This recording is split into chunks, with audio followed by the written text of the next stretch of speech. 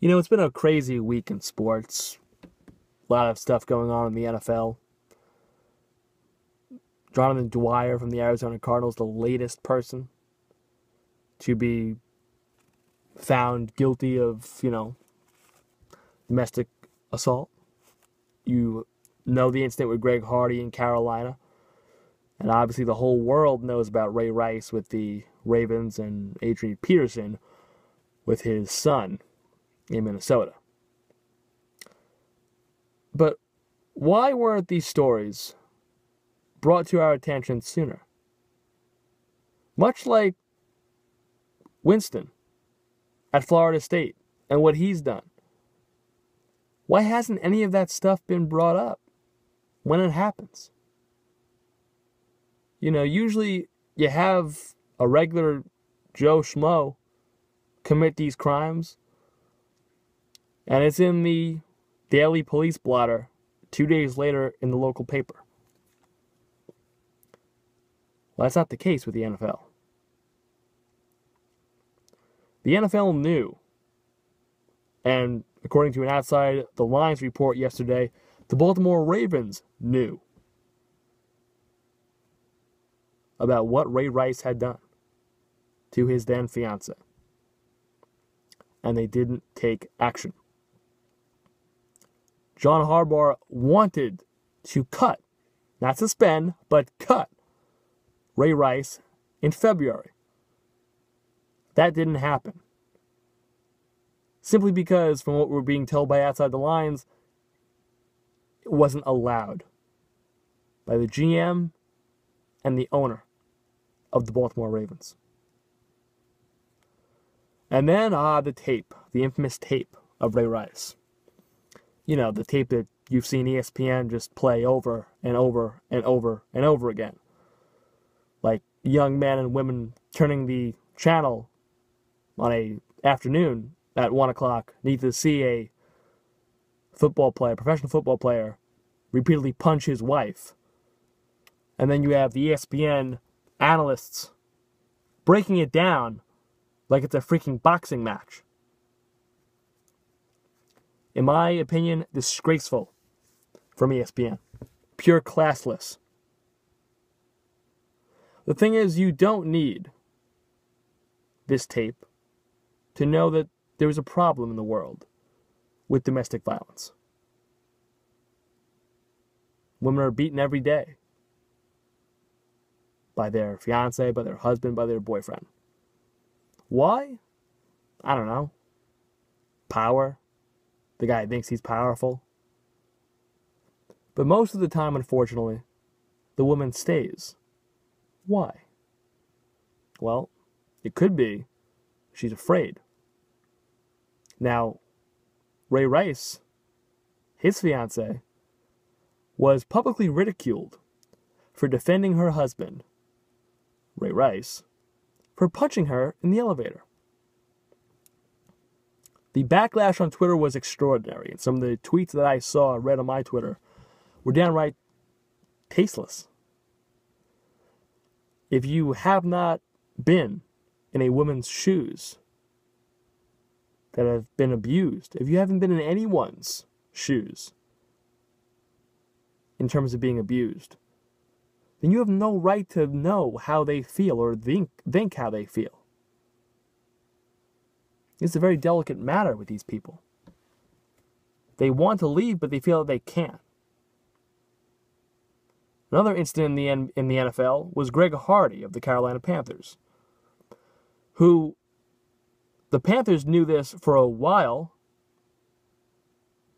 and didn't act on it. And they let Hardy play in week 1. And the only reason why they took action against Hardy and deactivated him for week 2 against the Lions was because the Minnesota Vikings deactivated for the day Adrian Peterson for beating his 4-year-old son. Yes, I said that.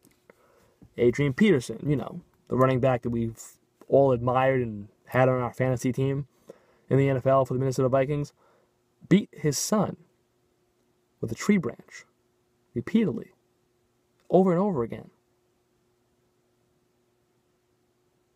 Apparently, one of Peterson's other mothers of his kid reported an incident of another child abuse. And reportedly, this one was known by authorities months ago and no action was taken. Why? Well, because he's Adrian Peterson. He's a professional NFL football player. He's a celebrity. He can get away with it. That's the problem in America. People getting away with it because they're a celebrity. But the thing is, they get away with it because they're a celebrity. My point exactly. There's no repercussion. There's no punishment. However, there is punishment when, and only when, there is a loss of money involved. What am I saying here? I'll tell you exactly what I'm saying. The Minnesota Vikings deactivated Adrian Peterson that Sunday against the New England Patriots. 2 days later, they reactivated him, saying he deserved a chance to play. The Minnesota Vikings lost a team sponsor, and well, they deactivated Peterson again. Not because it was the right thing to do. It was. But because they had lost a sponsor. Why do you think that for all the years that Don Imus was using racial humor on his morning radio show, nothing was said? Yet he made one comment about the Rutgers basketball team, which, by the way, he himself did not make. His producer did. Imus was then fired by CBS Radio. Why? Not because it was the right thing to do in CBS's mind, but because they had lost sponsors. They had lost money. And that's what it's all about in America these days. You can't lose money. If you lose money, you have to go. You're out of a job. You can beat your wife. You can molest a child. You can kill somebody. You can be as racial as can be. But I guess, in some instances, and maybe in the NFL, that's true, that if sponsors aren't lost, it's okay. But when the sponsorships start going, well, then I have to say something. And that's wrong. Shouldn't take losing a sponsor to realize that beating a 4-year-old with a tree branch is wrong. Or a cold clock punching a woman in an elevator as her head snaps back is wrong. You shouldn't take releasing a video and replaying it over and over and over again for traumatized, abused women to see on ESPN. It shouldn't take that to realize that it's wrong. Because it is. And the NFL and other companies have to start suspending people and taking action against what is wrong because it is wrong. Not because you lose sponsors.